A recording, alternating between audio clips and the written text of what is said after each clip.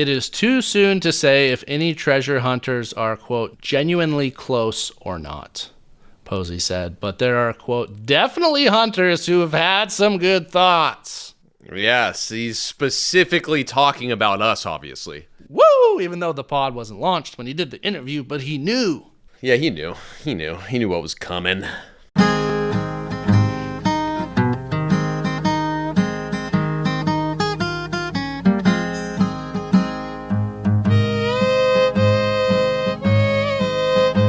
Welcome back to the hunt for Posy's treasure. This is episode 3. Date of recording is May 21st, 2025. When we last spoke, we did a deep dive through some of the most pertinent information, clarifications, specifications, many of the Asians that are listed on the announcements section of Justin Posy's treasure quest page. That said, when all was said and done, I think we were left with more questions than answers, but I do feel that it sharpened the lens with which we are looking at this quest, this hunt. But that said, today's focus is going to be a deep dive into the expositional materials, and that is in the form of the interviews that he has taken part in since announcing the hunt. But before we dive into that, I gotta turn to my co-host, the Cowboy, and ask you, Cowboy, how's your week in the hunt? Any breakthroughs? And what's going on with your latest solve? Wow, thank you for that lively introduction. I'd love to just start by saying I didn't solve it yet. I think that's pretty much where I'm at there.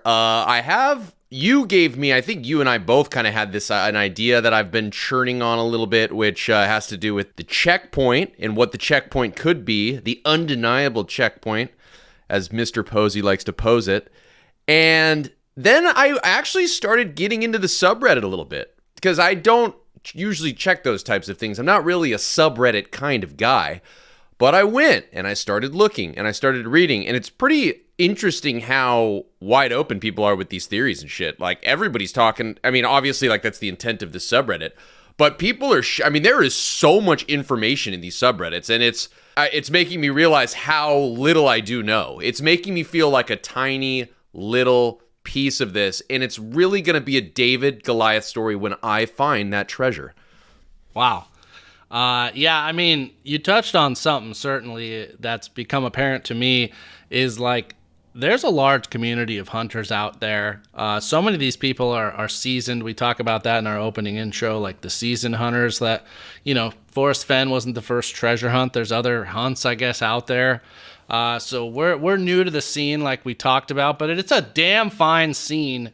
And with that in mind, we've received some really just overwhelming, I would say, in a good way, engagement from listeners and viewers on our YouTube. Tons of comments, and specifically, I'd like to issue what's going to be the first of, I imagine, many clarifications, because, we're accountable on this show. And when we talked about in depth last week the hunt for Fen's treasure, Justin Tucker the dog, we talked about him training the dog to sniff out. We erroneously said copper, and we were corrected multiple times in the comments that Tucker was trained to sniff out bronze. The Fen chest was bronze. It was not copper. So clarification there. Okay, that's fair. Listen, I'm not going to get it right every time. All that matters is I get the big question right, and that's finding that fucking treasure. That's right. And as we said, we're going to give a lot of potential answers and information. Maybe it's, valid, maybe it's not. We had a very long legal disclaimer in our trailer, though, so, take it with a grain of sand. But we're always welcome to these clarifications, so we thank you, those of you who submitted that. Take it with a grain of sand. Is it take it with a grain of salt? Did you? You're right. But the grains of sands are flowing through the seas of time. You just got sand on the mind because you're looking in Arizona, baby. You just got the desert on the mind. Well, that said, yeah, the subreddit's awesome. You'll find some really cool solves. You'll find some really cool just boots on the ground pick. Every day you go on that subreddit, there's a new group of people that are posting, photos from being on the ground searching. People, a lot of the most common, Cowboy, as you start to view them, is there's people that are like, I've solved it, I'm going, and then you never hear from them again. Yeah, is that kind of the MO? Yeah, like everyone, it's interesting, like there's not much middle ground. There's really people that are like, I have no idea, I'm just searching through, the air blind in the middle of the night with my hands behind my back. And then there's people that are like, I got it, I've cracked it, I know it to a T. I feel like for us, we're very much in the middle. Like we're still kind of meandering our way through here. Oh, I think I'm more on I have no idea. The more, and that's the hard part, is the deeper you dive, the bigger you're, like, it just becomes that much more difficult to, like, narrow it down. Like, I honestly feel like at times, like, I just want to throw a dart at the map and just be like, okay, let's see how I can relate that spot to all the shit that I know, Yeah, and honestly, respect to the people, obviously, that are going out there and, like, it's way easier to sit behind a microphone and just talk than it is to actually put boots on the ground and go. But listen, baby, I got a back problem right now. I'm looking at getting it fixed, hopefully, sooner than later, and then I'm going to be out there. So, but I respect people that are, I mean, of course, like, that's, you, at some point, you have to do that if you're serious about this, right? Yeah, I mean, I appreciate them ruling out those places for us. Hopefully that's what they're doing. But yeah, we don't have any real clarifications. We talked about Forrest at some point during the hunt said, like, someone's been within 200 meters of it. We've got nothing like this as of now, so we don't know if people are hot, cold, upside down, that type of thing. Yeah, I mean, I'm not sure what the agenda is for today, but should we talk about the checkpoint discussion we had, or is that some fucking private information? I mean, I literally laid it out at the top of the episode what the focus is going to be. But yeah, before we dive into that, let's revisit it. I'm honestly kind of drawing a blank at what specifically we were talking about, but fuck it, let's get it out there. We were chatting because I've been so interested in obviously his dog, and then you and I had watched the documentary, of course, and he's got that fucking statue of his dog. Okay, now I remember where this is going. And I think you mentioned it. You were like, you said something like, what if the checkpoint is that statue? What if that statue, he put that statue out somewhere? So, like, obviously, if you know anything about the story and you've seen the documentary and, like, you know anything about this treasure hunt, if you see that freaking statue, you're going to know that would be, like, the clearest, because the way that he describes the checkpoint being, like, unequivocal, you know exactly what it is when you see it, that's almost, like, the only thing that comes to my mind. I think it's a really good idea. Well, yeah, so to shed a little bit of light on how this all connects, because in that web of spiders in your mind maybe made a little more sense. But yeah, so one of the early theories I shared with Cowboy before this all kicked off, this history got set in motion when I was kind of initially just talking about my theories of clues in the documentary, was I feel strongly that, and that's not by any means a unique theory, that the monitors that he has positioned in the background of his interview at his computer desk, those could potentially be a clue. And specifically, again, maybe this is confirmation bias, but if you look at the framing, which he didn't have control over, I guess, the Tucker statue is in the bottom left of frame, and the dog appears to be like pointing toward what looks to be the monitor on the left, but again, he didn't have control over where the camera was going to be positioned. That said, though, that was just kind of like a little Easter egg that was simmering, in the oven. Then, fast forward to last week, as we're going through the announcements, there was a throwaway question in there, which was somebody asked him, how much does that Tucker statue weigh, the aforementioned dog statue? And he said, it weighs 60 to 70 pounds. And additionally, over the course of the announcements, we discussed that the treasure itself is 60 pounds. So, the wheels started turning in my mind, cranking and saying, hey, he's talked about you will be abundantly apparent when you find it. You'll know that type of thing. It's instantly apparent to me. What if, we're out there, we find this fucking dog statue just sitting out there, boom, found the treasure. Yeah, I think, if you find the dog, you wouldn't leave, you just sleep on the ground next to it until you found it. Yeah. But, I think it's a really good theory. I'm not sure I exactly understand. Is it just like an interesting connection, the weight? Like, okay, well, he said the dog statue weighs 60, 70 pounds and the treasure is 60 pounds. There's no correlation, though, right? It's not like the treasure's in the dog or something. I don't know. Maybe this is clearly just evaporating on live air right now, but maybe it's not. The wheels are turning in different directions. But yeah, that was one of the things we got into this week, and I guess didn't really lead anywhere meaningful. I don't know. We'll wait for the correction from the listeners. Well, I think that, like, if I take my girlfriend out looking for this thing, I'll just tell her, hey, if you see a dog statue, let me know, you know? Yeah. That's basically what this means. Just keep an eye out for any dog statues in the wild. Yeah. That weigh about 60 to 70 pounds, yeah. All right, well, with that preamble in the can here, it's time to dive into the meat, to the entree of today's episode, which, as we said, are the interviews, specifically pulling out the most germane details from them. First one we're going to dive into is an interview. It was written, it's on the web. It was with mysteriouswritings.com, and it was called 6 Questions for Justin Posy and Beyond the Map's Edge Treasure. So I pulled out the most important in my mind. Firstly is he states that he got serious about hiding the treasure around the middle of 2022, and he hid the treasure in 2023. So it was out there for more than a year and a half since announcing the hunt, which I think is interesting. That is interesting. I didn't realize it was that long ago. Wow. I wonder, yeah, I mean, I guess you put it out there to last. It's not like it's going to not have a shelf life or anything, but yeah, I mean, what kind of stones it takes to just leave it out there for a year and a half? I mean, he had to go check back on it right before he made the announcement, you know? That's one of the questions is, did he revisit the location? Yeah, is to maybe set up like those wildlife cameras or something, make sure nobody's just stumbling in the area? I don't know, but the timing of that I think is interesting. And as we've said, Fenn's treasure was discovered in 2020, so this was roughly 2 years after that. You know, that actually is interesting because Justin seems like a pretty tech-savvy dude. Obviously, he's a software engineer. What I would do is if I was hiding a treasure, now that I'm thinking about that amount of lapsed time, I would scope it out. I would put wildlife cameras in an area that I thought could be really good and that where I would want to hide it, but I would leave the cameras up for months. And I would see what foot traffic is like, because I don't think you'd want it in a high foot traffic area. You'd want it off the grid a bit. You'd want it to be like very remote. No one's just going to stumble upon it. It's going to be like like a very intentional hunter that's looking for it will find. You know what I'm saying? And I wouldn't be surprised if he'd done that. Yeah, no, we absolutely are going to touch on that. I don't know if it's specifically from this interview, but he talks exactly about that. Not about monitoring it, but the idea of like, doesn't want some jagoff to just like stumble into this riches. It needs to be the reward for folks like us. Yeah.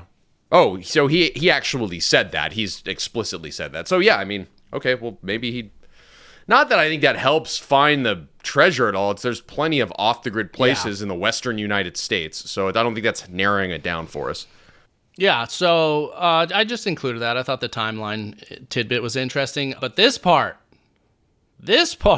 I feel like it should have been in episode 1. It was something as I rewatched the Fenn documentary and re-explored that hunt, I felt like, wow, Forrest really kind of gave folks a leg up compared to this one, because Forrest, for context, when he released his poem and did his hunt, he said specifically, the poem contains 9 clues in order. 9. Not 8, not 10, 9. So Justin was asked in this mysteriouswritings.com interview about that. And he states, the poem contains at least 10 clues, 10 breadcrumbs leading to my container of wonders. Quote, end quote. 10 clues. Wow. I've never heard this. This is news to me. And wait, where are the 10 clues coming from specifically? This is, he's saying, in the poem. In the poem, okay. They're specifically intended to be 10 clues. Oh. Wow. And so the poem itself, 5 stanzas, would average to around 2 clues a stanza, but we'll talk about this, I don't think this episode, later on. I have some theories about if all of the stanzas are in fact clues, or if maybe one's instructions, but 10 clues in those 5 stanzas is what he has indicated. Do you because I know that, the stanzas, but like line by line, I mean, basically what we're saying is some of it is irrelevant. Some of it is just like a written word that is connecting the tissue, but there's 10 damn clues in it. All right. Wow. That is... Well, I'm going to pull up the poem. Well, we can keep going, but now I want to read the poem as I... Now you're going to ignor what I'm saying. Yeah, no, I'm not going to pay attention because I'm going to be... Whenever we do this, by the way, we start talking at this time, about 15 minutes in, you say something interesting, I'm constantly saying something interesting, and it just pulls my attention towards my computer that's right here, and I just start going down the rabbit hole. Last week, I was looking at freaking topographical maps. It's like, whatever, we can keep going, but I'm here. Don't worry, I'm not going to drift too far. I'm here. Well, maybe you do that before we were... No, anyways. But it's fun. It's more fun to do it with someone else. Like, it's like you get your wheels start turning, and our wheels start turning together, and then the vehicle starts moving. I agree. And I mean, I knew from the onset I couldn't do this by myself. I solicited help. I reached out to other friends. You were on the chat, but the cowboy was the only one who answered the call, and goddamn am I happy. Because it's been a beautiful thing so far. Well, and let me total topical here because I was reading the subreddit Justin Posy's treasure this week, and the top comment from the last week, I just want to read it on the same topic here. Please. User newtable773 says, "It's kind of lonely coming up with a very thorough solve you're excited about, but not having anyone super informed to share it with. But also not wanting to give your solve away that you've worked so hard on. I have a few people in my life to talk to about it with that trust, but at some point their eyes glaze over and they go, huh? LOL. But putting my solve online or in the hands of any other serious hunters feels vulnerable. Do you all get me?" It is nice having somebody to talk to about this, I feel for that. So, yes, I thought that was a beautiful little post that person made. Yeah, and we're right there with you. So moving on then unless you have any final thoughts here on the 10 clues. No, I mean, I don't have the poem in front of me and I'm going to stay focused, so no thoughts. So what advice would you give to new searchers who are unfamiliar with any past hunts? Is the treasure hidden along a trail, or is it completely off trail that searchers need to learn how to navigate in the wild, so to speak? Justin responds, "No fancy equipment needed for my treasure hunt, folks. Unlike some of the other treasure hunts where you practically need a PhD in cryptozoology." Cryptozoology, didn't we use that in our last podcast at one point? Anyways, previous treasure hunting experience, irrelevant. The treasure isn't lurking near any trail either. I didn't want it to be one of those situations where hikers accidentally stumble upon it while they're looking for a discreet place to relieve themselves. That would ruin the whole point of the hunt, wouldn't it? So there it is. Could you imagine some guy pulls his pants down to take a dump and he just covers the treasure and finds it?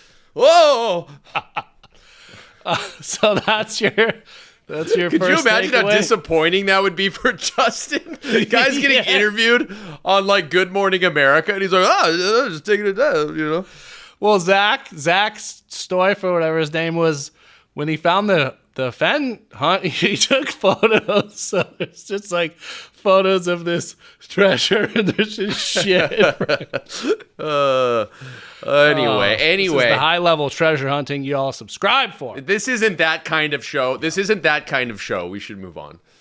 Yeah, well, I mean, any other thoughts about it reinforces your idea that, like, maybe he didn't set up cameras, we don't know that, and monitored the area, but it's clearly he doesn't want it in a high-traffic area or, like, adjacent to where, like, oh, it's just off the path here. So that's interesting because you couple that with the statement from last week on the announcements of you don't need to hike more than a mile to know where to go. Yeah. Okay. So it's within a mile's hike of something, but it's not near a trail, and that it also then changes kind of like, so there are a lot of places that are trail only, like when you're walking through either like super dense forest or like my girlfriend's from South Carolina. I know this isn't part of, obviously that's further east than we're looking, but the forest out there in Carolina is so thick, like you have to stay to a trail. You can't just walk in the forest. You know what I mean? It'll take your clothes off. It's so dense. There's other places like that in the Western United States, probably not as dense as out there, but it makes me believe it's probably more of like more of a desert or a meadow or near a brook or some wide open area. You know what I'm saying? Because like you're not going to traverse if it's not next to the trail and you got to go off trail, it's probably got to be a little bit more open. But again, yeah, and he's really stressed the fact that kind of accessibility, safety are paramount. So I agree that, and he doesn't want you going into like a bear den type of thing. Oh yeah. But beyond that, yeah, no real details. So moving on to the next question.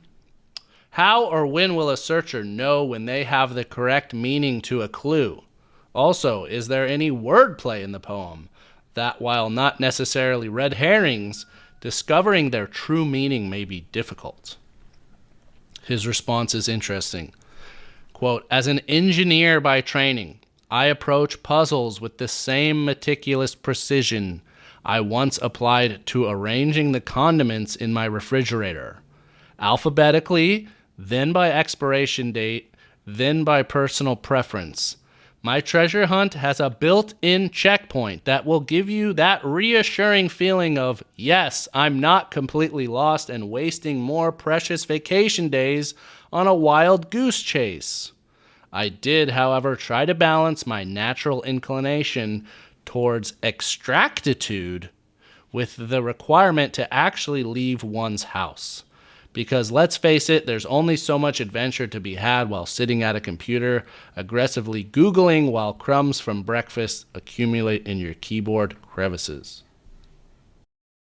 That is a really, wild answer. I mean, who the hell organizes their condiments? Just, not even with 3 different ways. Who actually organizes their condiments? Am I just a slob, or is that just, crazy? It seems crazy to me. And what a detail to go into. Okay, so you're I guess, okay, the high level takeaway, and tell me if I'm off here, is that he put a lot of thought into the poem. That's really all I'm taking away there. There's probably some secret meanings. Obviously, we're talking about 10 clues, but at the end of the day, as we've said every freaking podcast, the poem is everything. It's all about the poem. And of course, he put that level of detail into it. I think reading between the lines here is really what's most illuminating for me, because he's talked about, and it's just a natural reality of life, Justin Posy, the person, did all of this.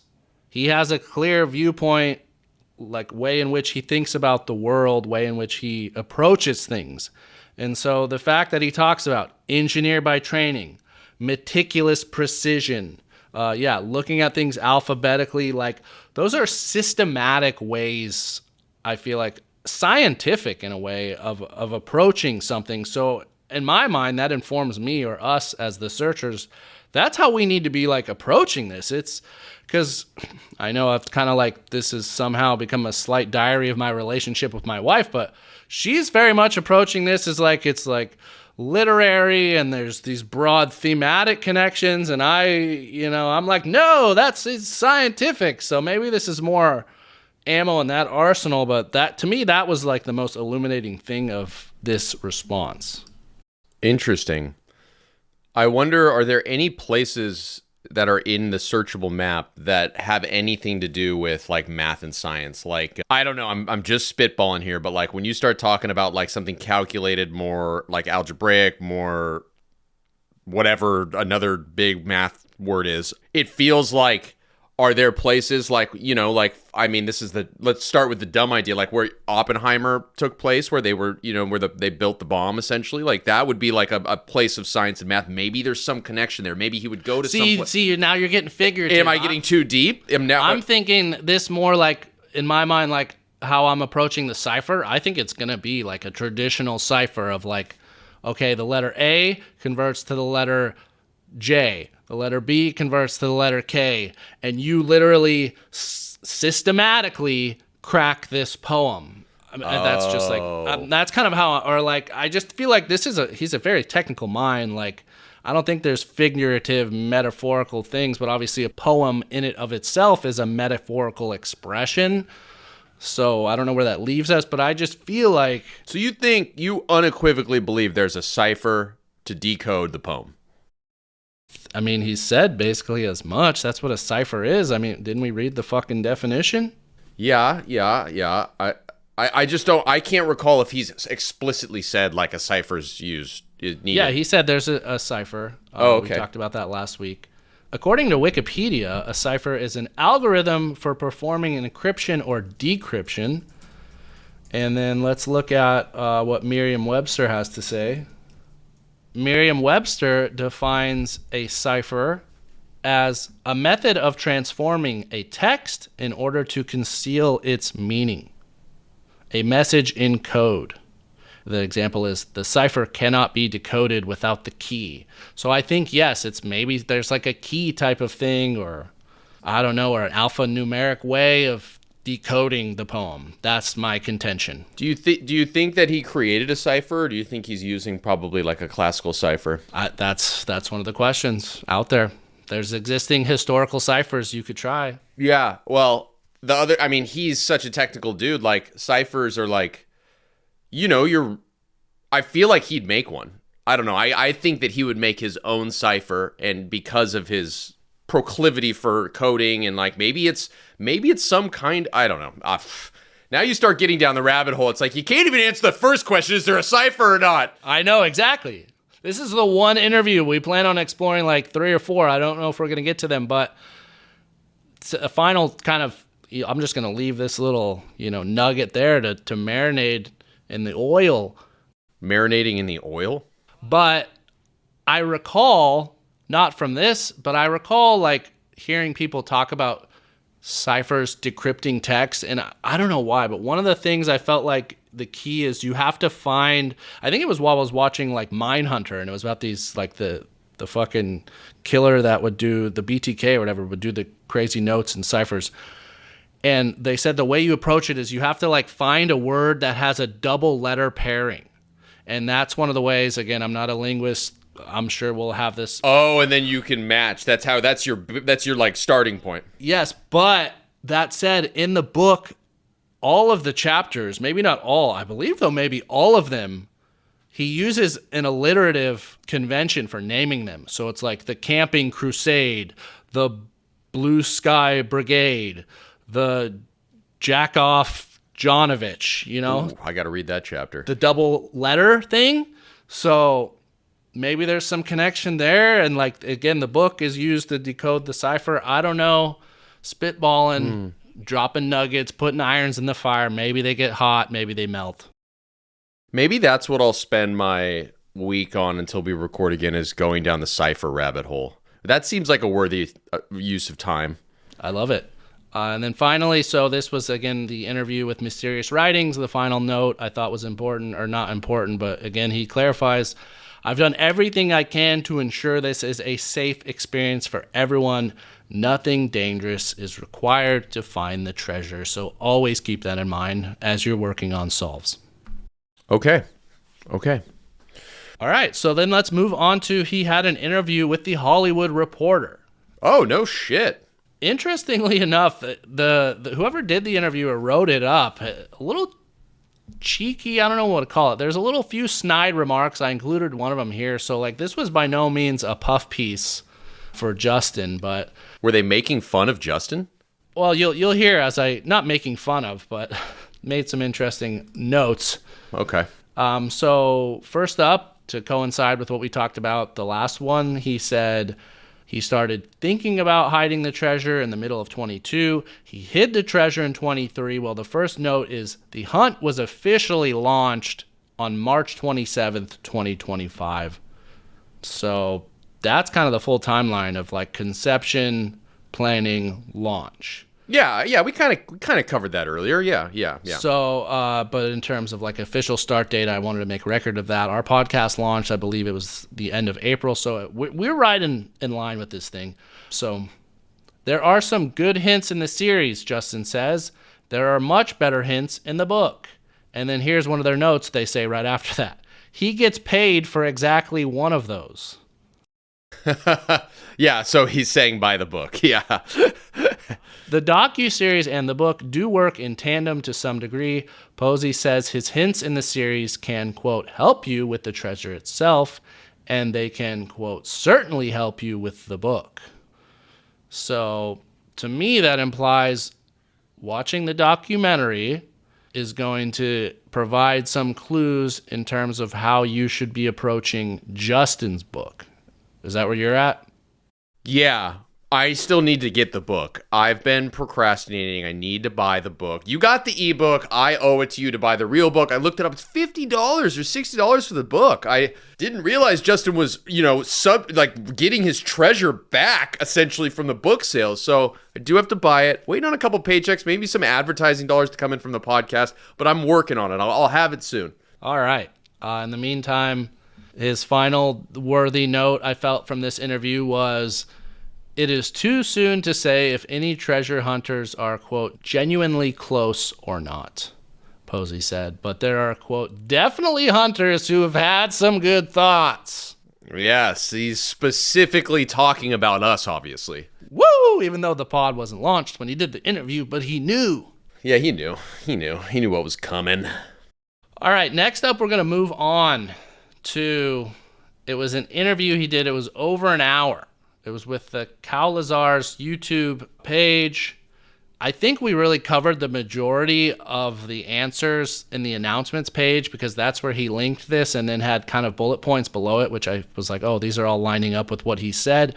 But I felt like taking them specifically how they were stated in that interview could maybe provide a little bit more insight. So apologies if, again, this is rehashing what we talked about, but some interesting nuggets I pulled out of this interview with Cowlazars was, one, the poem, he said, didn't go into the book until the moment it went to the printer for printing. So that was pretty cool. He was saying he was holding on to like all the information as late as possible. When you publish a book, you have to register it, and then you have to basically kind of reveal what the book's about. So he waited until the last minute to do that. And I guess, didn't insert the poem even in the book until it was comes to printing, because he said he didn't want anyone to have a leg up. Good. That's good. Well, clearly it hasn't helped anybody. And I guess this interview must have predated the first one, the 6 questions, because the questions they got was, how many clues are in the poem? Fen said his was 9. What is it with this one? And he said, I'm trying to recall how many there are. I'll update the website with that. I don't want to say something that is slightly off because there's a few in there where it's like, would you consider that 1 clue or 2? I know people will split hairs on this later, so I want to be really cautious about how I answer that. So with that in mind, him stating in the other interview 10, I think he went back, did the analysis. We can feel pretty confident that, he didn't just throw that number out there. Yeah, I'm no doubt that he didn't just throw that out there. He knows. He definitely knows. And then last week we talked about consecutive order. He said yes. We said ascending versus descending. Could that be considered consecutive still? This is kind of in that vein. So would you say the poem is a step-by-step map, point to point, kind of like Forrest Fenn's was? And Justin said, oh, do you mean like consecutive order? And they said, exactly. Or are the clues contiguous? Is that a word? Contiguous? Contiguous? I don't know. I'm more of a... Are the clues contiguous or are they consecutive? Do you go in point order of point to point? Justin said, I'll preface this by saying it's important to me that everyone has equal access to the information. So I'll definitely update this the website with this later. But yeah, I think it's fair to say the clues are in consecutive order. Yeah. Okay. And but they ask, sorry, go ahead. Does that go against our early thought of the poem reading it backwards? You know what I'm saying? Like, that's what I'm saying. Does that count as consecutive? I don't know. I don't know. That theory I've kind of left behind. Again, it's one I'll just like maybe cross-check. You mean going back from bottom to top? Yeah. Yeah. So I thought that was interesting, the way he just kind of phrased it and answered it. And then they asked him, can you give us a ballpark number about how many clues are in the book? So he said 10 in the poem. How many are in the book? He says, oh boy, that's another good question. I would say several. There are several. It's not like there's just one specific page in the book. There are several sprinkled throughout. Okay. So that's in line with how I've been looking. I assumed such. Glad he didn't, I guess, give more specific info. But I'm not going to say whether or not it's buried. But I will say this, if you know where to go, then it wouldn't matter either way. We shared that specific information last week. It's burned a hole in my brain, still is. Any new thoughts on that? No. I got to be honest. I'm down the cipher rabbit hole right now, man. I have a list of ciphers. I'm looking at them. I'm thinking about it. Well, focus up, because this one is specifically I included for you. Okay, go on. Last week, you really latched on, and as I re-listened to it while I was editing and such, I was like, he maybe kind of made a leap too far there, I think. But we talked about the question was are dangerous water crossings required? And he said nothing dangerous is required. And you latched onto that and basically jumped to the conclusion that water was involved because of the way in which he answered that question. I don't know if that's necessarily anything I agree with, but he touches on this specifically here, and he says, in terms of the water crossings, no, I mean nothing dangerous required. So I just felt I would share the exact answer specifically in context to see if you still felt that way or you've kind of backed off. No, I think that as time goes on, I get really excited about something in the moment. I'm like a child. I'm like a dog that you're feeding, or a child, and I get so excited, and then after a little bit of time, I forgot really probably what happened. That's accurate. Yeah. All right. So then we'll move on. Let's move on. So, and he says, if you've solved the poem in its entirety, you will end up at an exact location. Wow. Okay. So, and when he says exact location, he means you look down, or to see again, he hasn't said if it's up, down, any of that, but exact location, you will be physically where you can touch the treasure. Oh. So does that mean is it giving you lat longs, you think? No, but I think with Fens, it was find the blaze, your quest to cease, the location of the chest was directly below the blaze marker in the tree. You are there. You don't have to now search in the general area, and we've talked about this in previous episodes. Your solve shouldn't just lead you to a generic thing. It should be a specific, boom, okay, final endpoint, X marks the spot type of shit. Yeah. Okay. Well, that's, I guess, kind of good to know, but also, okay, let's go. Cool. Yeah, I mean, I have to have a solve, I guess, first. Yeah, I guess it doesn't matter because I don't fucking know what I'm looking at, but yeah. So this is just more of a clarification we talked about last week. They ask, can you say how far from your car you're going to be hiking? And he says, rest assured, you don't need to hike a great distance. In fact, I go so far to say that you don't need to hike more than a mile to figure out where the treasure's at. But again, the more I listen to it, that part to figure out where the treasure's at doesn't mean you need to hike more than a mile to touch the treasure. It just means to maybe find the checkpoint or to know where to go. Yeah. Again, I feel like that. Yeah, that we've covered this. That makes sense. It all makes sense. Yeah. And then finally on the container, I felt that he left a lot of the details that were interesting to me out when he responded to that in the announcements. But he says, the container it's hidden in, whoever finds it, you will immediately recognize it. And anybody who has watched the series, that being Golden Greed, The Quest for Fen's Treasure, or has read my book, they'll know right away. And no, it's not some replica of the Fen chest or anything like that. You don't need any knowledge of the Fen treasure hunt to be successful here. Everybody's starting on the same foot. I am convinced now that the dog statue is either the checkpoint or sitting right on top of the treasure. Well, what's interesting, because he says twofold there. He's like, if you know the series, then you'll know. There's information in there that going to clearly, reinforce it. But then he says, you don't have to know anything about Fen's hunt.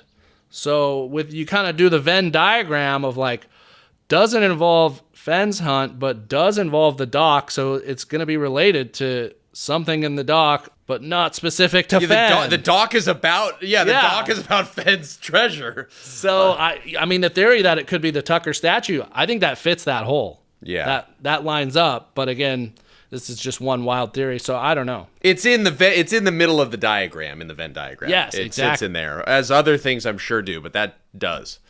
And then finally, they talk about you had a very special bond with your brother Brandon. If he was still here, would you have done this hunt or created it with him? We talked about his answer, but I felt his specific wording was interesting. He says, yes, I think a large part of this was, I think you'd call it a tribute. So, gotta be relevance, gotta be connection to Brandon. Yeah. In the book, he talks about the 4 points of the compass: Brandon, Grandpa, Dad, dog. Yeah. So that's where we're at the end of that Cowlazars interview. Again, none of this is like brand new, but I just felt like really some added context. Any high-level takeaways? No, nothing that I haven't already said. I think Tucker is involved in some capacity. I think he's hanging around. I think his statue's hanging around there. So then let's move on to a next interview, which was a YouTube interview with a channel called Este's Quest. So additionally, which maybe you, Cowboy, might relate to this one, there was a element of fishing and fish involved with the fen chest. And if we read the Posy poem, around the bend, past the hole, I wait for you to cast your pole, would strongly imply another connection to fish. So I flagged this section of the interview for that reason, because they ask, they somehow mention fish, eating raw fish, and they say trout. And he says, the host asks, trout, that's your go-to fish, is it? And Justin says, yes. One time in my youth, I fancied myself a bass fisherman. But I think the net result of that is now I'm more of a trout guy. Trout is not a fish that people say like, oh, my favorite fish to eat is trout. That's not a very typical answer. Even for people that eat fish all the time, like myself, like trout is, I guess I'm more of a saltwater guy, but still, like, you don't typically eat trout very often unless you're unless you're a trout fisherman and you're harvesting trout all the time. How do you catch trout typically? Well, you can fly fish for trout. Fly fish? See, that was going to be my first question. Yeah, for sure. Yeah, it's a huge... He's on record saying, he's a fly fisherman. Wasn't the spot 9 Mile Hole they were doing fly fishing there? Yeah. I mean, fly fishing is like pretty traditional style of fishing in like for trout generally, and like all over. It's a total thing, especially in streams. You know what I mean? Like in like moving water. Yeah. Yeah. See, this is why I'm channeling you here. All right. See. Okay. So this is interesting because the whole connection to House of Brown, that was a major clue. Like, people theorize all sorts of things. It was capital B, and House it was of brown trout, and now Yeah. he's talking about trout. So I'm just planting that seed. I pulled that little nugget out of these grains of sand. I like it. I'm trying to think about if there's anything else like that would like House of Brown. Okay, a brown trout, that makes sense. I wonder if there's, now I need to look back at the poem and think about it from like a fishing perspective. Does any of this match up with anything to do with fishing? Which I could figure: twisted, fine, not entangled. Twisted. Well, he asks, is there a story with a bass that got away for a reason and why you want to stick to the trout, or it just came up empty a couple times? And he says, no, when I was a kid, we went to Table Rock Lake in Missouri, and I was excited about it because we were going to go bass fishing for the first time. And of course, I had read like 30 books on bass fishing, and I felt like I was a bass fishing extraordinaire. Then the morning my dad overslept and I was beside myself, and he said, no, we're going to go bass fishing. So we went out in a boat and spent all day, and we were with one of my uncles who was a competitive bass fisherman, but we didn't get a single bite the whole day. And that was my first experience. For whatever reason, it just turned me off. So I'm probably the worst bass fisherman. So this is interesting to me. Is cast your pole. I would imagine this rules out that's related to a lake, because he seems to be a little bit turned off of fishing in a boat. Or am I going too far already? I mean, maybe. I think it's more, I guess like the question that you're getting at is like, is he implying, okay, is it stream fishing, river fishing, or is it lake fishing, like a stagnant body of water or a moving body of water? I always assumed that it was moving water, Yeah, especially but you can fish for trout in lakes too. Like that's a total thing okay. as well. But trout, I mean, you don't typically fly fish for bass in a moving like a stream or a river. It's really that's a trout thing. And again, I'm not the biggest fly fisherman, but I do know that. My conclusion then is we have to make predictions one way or the other. Is if you have put gun to my head right now, round the bend, past the hole, to me, yes, that's 100% related to a moving body of water, a stream, a creek, or something. I wait for you to cast your pole is not like something lake or pond. To me, I think this is lining up. That's how that's my take from this. So I'm kind of making a definitive decision from this that, okay, we need to be looking for some sort of moving body of water, not stationary, fishing spot like a lake. Yeah.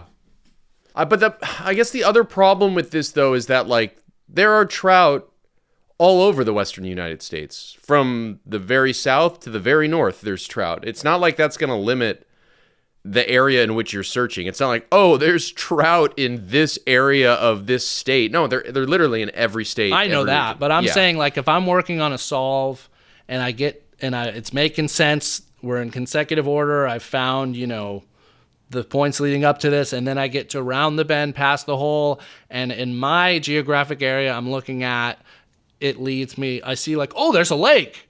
In my mind, I'm not going to feel that strongly oh, that could be it. But if I'm looking at it and I'm oh, here's a stream just round the bend or whatever that has the name hole in it, to me, that's a lighting up, ding, ding, ding, ding, ding, ding. Yeah, that's fair. It's a tool in your toolbox. It's kind of, it's the way I've colored, I would say, this square is I'm coloring it the color of that's moving water. I'm looking for moving water. If I see stationary, I don't think that to me is a positive indicator. But to me, if I do see something in line with a solve that relates to a moving water that would contain trout, that's a fucking flashing red light in my mind. Yeah, I agree. So finally, I still have not found where this originated, the information, but I touched on it last week that he had a broken leg over the course of hiding this treasure. Do you recall that, Yep. Cowboy? Okay. So he touches on this specifically here. Looking back on this whole experience, we're still early into it, but looking back on your, he says, 90,000-mile journey to hide stuff with a broken tibia, looking back on the puzzles and all the effort you put into that, which are you more proud of? The final spot that you decided or the puzzle itself? So the clarification there, it was a broken tibia. I think that informs a lot, because one of the things I think that was really overlooked on Fenn's treasure hunt is he said, I hid this thing when I was 80 years old. And people were going searching crazy fucking places. This dude's 80. He's about to lose his driver's license. Yeah. So with that said, he's got a broken tibia. Same type of thing in my mind. But anyways, really good question. And Justin's answer is, wow, if you were to sit back and think, that spot's just the best spot, or this puzzle is so well crafted, is there one that takes precedent over the other? He says, I think I'm equally pleased with both as an equally good spot and a great puzzle. So I don't know if that illuminates much, but I do think the broken leg thing's interesting. Yeah, it would be hard to walk across because in Fenn's thing, you had to walk across the stream, Broken leg might be tough. I think Forrest spent, what did he say, 10 years working on his poem. I came up with the bulk of my poem in about 4 to 6 hours. Okay. So I don't know if this is his words. I don't know if that comparison helps anybody. Wow, guy can write. And the host believes if I had a soundboard, that would be a soundboard section. So he thinks that was an interesting nugget. But then that goes back to the cipher. Are you going to be able to create something that crazy in 4 to 6 hours, or are you just going to borrow an existing cipher from history? Yeah, that's a good point. You're not creating a cipher and writing a poem that that's why, people are getting really in the weeds about coordinates, and that thing, to me, I think dispels some of that. The fact, 10 years, if he said, sure, then everything's on the table, but basically a night or two's worth of work. I mean, first off, props to him. He did a good job, but I don't know how much you can really conceal in that amount of time. Yeah, it's really hard. It's really hard. It's really, really a lot to... Yeah, I don't know. He's just sitting back watching all of us just turn our damn wheels. All right. And he claims he's doing these round of interviews. I don't plan to do a lot more, anything like that. It's out there. Enjoy it while it lasts and have a good time. After this initial round, my time in the spotlight is over. Go and have a good time. And they says, oh, you're not going to go on Good Morning America, which is what Forrest did multiple times. And he says, no, there's no plans for anything like that. If there's a media outlet that wants to collaborate on something, then I think I would be generally useful. I can't imagine what I would say would be offhand, but I'm not opposed to it, generally speaking. Well, sir, I've got a media outlet for you. Yeah, come on, baby. Come on. That said, any updates on your potential contact with Forrest Fenn's lawyer? You lining that one up? What's that? Haven't reached out. Honestly, haven't thought about it, but I can. I mean, do we feel like we're at a place? This is our third episode here. Well, to you listeners, I would say if you want to see that interview happen, the best way you can help is to grow this podcast. If we can come to this dude and say, hey, man, we got a podcast that's pulling in these amount of numbers, this amount of, listeners, engaged community, I think that's a more compelling, platform for with he comes and speaks on, and Justin too. But that's just my selfless plug to you all. To like, subscribe, follow. If you're following on YouTube, also subscribe on a podcast platform. Leave us a review. That really helps. Yeah. I guess my question with the lawyer is that, like, he was involved with Forrest Fenn. What is he going to talk about on this about, you know what I mean? That isn't, like, in the Netflix documentary. I guess we could have him... If he knows, like, we could talk to him about Justin's treasure hunt or something, but, it's kind of... I think he might just have an interesting perspective from that legal POV. Yeah, that's true. Of, like, in, like, public land and discovering stuff. I don't know. I mean, I feel like, the more voices we can get in here that have some sort of experience or specifically connection to Forrest Fenn or anything, that's going to be valuable for our listeners and for us as the people who are ultimately going to find this thing. Yeah, 100%. Absolutely. And so that, I believe, was really the biggest takeaway from that interview. Again, this is with Este's quest, but as is the case we've been running into on this podcast, I still have more on my agenda, but we have reached time for what's going to be this episode 30. I don't want to overpack it.